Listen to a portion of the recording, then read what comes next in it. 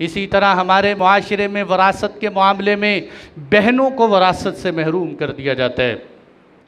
ये बात मैं बड़े अफसोस से कह रहा हूँ कि आज हमारे मुआशरे में दीनदार तबका, वो नमाजी परहेज़ी तबका और बड़े बड़े बुज़ुर्ग औलिया हज़रात इस मामले के अंदर फिसलते हुए नज़र आते हैं।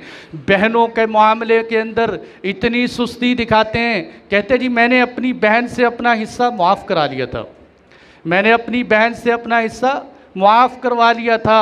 ये बहन से हिस्से माफ़ किस तरह करवाते हैं कि आज इस बेहयाई के दौर के अंदर भी बहनें अपने अंदर इतना हया रखती हैं कि वो अपने भाई के सामने आंख उठाकर नहीं देखती, ज़ुबान नहीं खोलती अपने भाई के सामने कि मुझे पता है कि मुआशरे के अंदर लोग मुझे बदनाम करेंगे कि तू आ गई हिस्सा लेने वाली, और अपने भाइयों की बदखा औरत उस बेचारी को तानो तशनी सुनने पड़ते हैं। इसलिए वो कह देती है कि चल जा, मैंने तेरा मुंह भर दिया, मैं तेरे घर आना चाहती हूँ, मुझे ज़मीन जायदाद की ज़रूरत नहीं है। इसलिए कि जो औरत अपने हिस्से का मुतालबा करे, भाई उसके ऊपर घर का दरवाज़ा बंद कर देता है।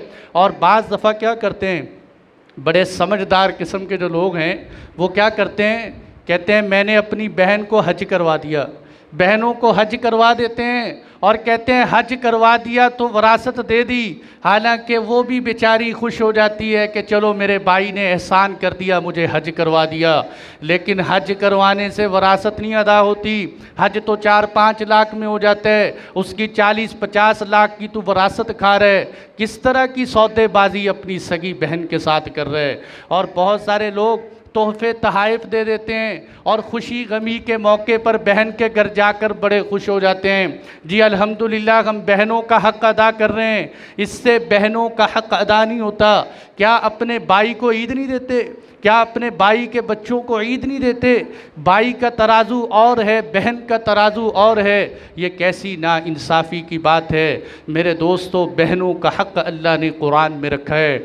ये बहनों का हक़ वो है कि पहले ज़माने जाहिलियत से लोग बहनों को हक़ नहीं दिया करते थे। आज हमारे मुसलमान भी बहनों को हक़ नहीं देते।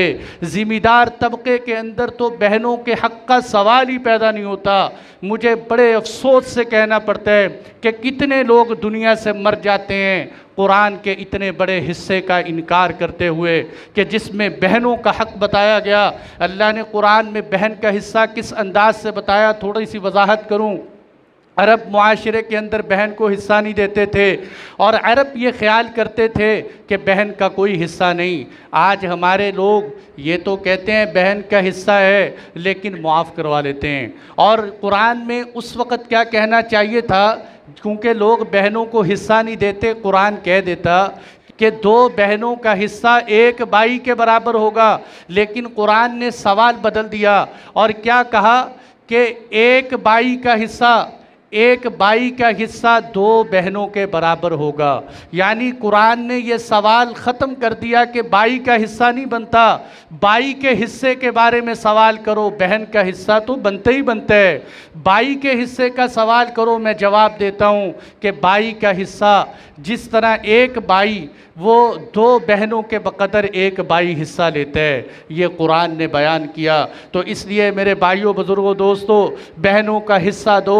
अगर बहनों के हिस्से की सूरत बदलना चाहते हो, उलमा ने ये तरीक़ा बतलाया है कि सबसे पहले अपनी बहनों को पूरा हिस्सा संभाल दो, उनको हैंड ओवर करो, उनका कब्ज़ा करवा दो।